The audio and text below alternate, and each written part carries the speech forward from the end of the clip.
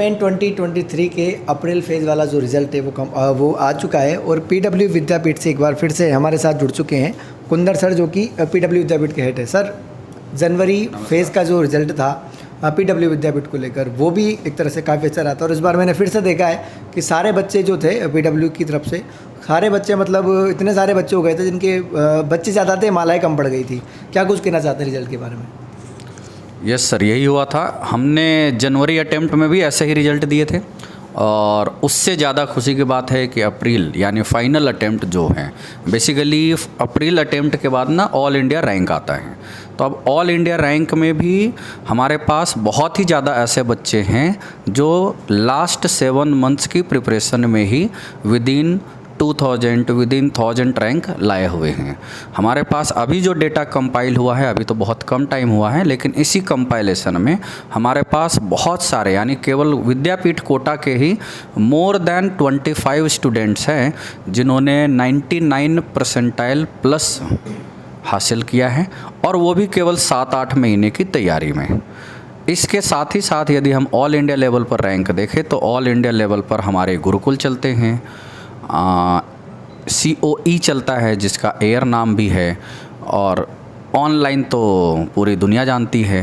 तो यदि हम कंपाइलेशन की बात करें तो हमारे अंडर 100 में ही बहुत सारे अच्छे रिजल्ट है ओवरऑल पीडब्ल्यू के। केवल कोटा में ही हमारे कम से कम 200 बच्चे होंगे जिन्होंने NITs में अपनी सीट कैप्चर की है।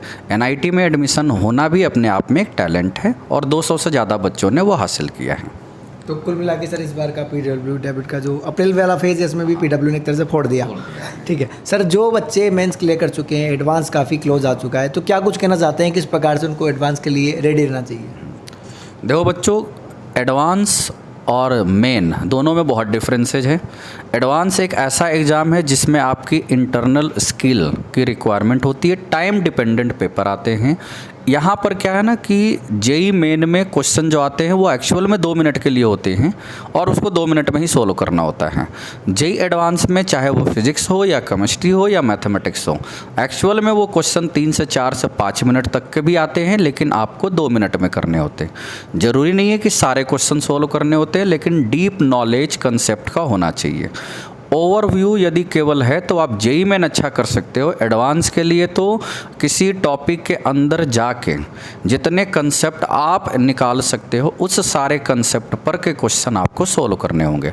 तो माइनर डिफरेंस है टाइम डिपेंडेंट का, और 30 से 36 दिन अभी हमारे पास है एडवांस के लिए। जिनकी रैंक यानी जिनकी परसेंटाइल जेई मेन में बहुत अच्छी आई है, ऑब्वियसली वो ज़्यादा अच्छे से तैयारी किए होंगे, तो उनके लिए आसान है कि वो जेई एडवांस में भी इसी तरह का धमाल मचा सकते हैं। तो हमारे पास कम से कम 100 बच्चे ऐसे हैं जिन्होंने 98 परसेंटाइल 97 परसेंटाइल के ऊपर लाया है। वो बच्चे सारे के सारे जेई एडवांस के लिए तो धमाल मचाने को तैयार है, और हम लोग इन बच्चों पर पूरी तरह से हमारी पूरी टीम लगी पली हुई है। तो thank you so much sir, आपने इतनी अच्छी बातें बोली बच्चों के एडवांस क्लियर करने के लिए। Thank you so much again. Thank you sir, thank you sir.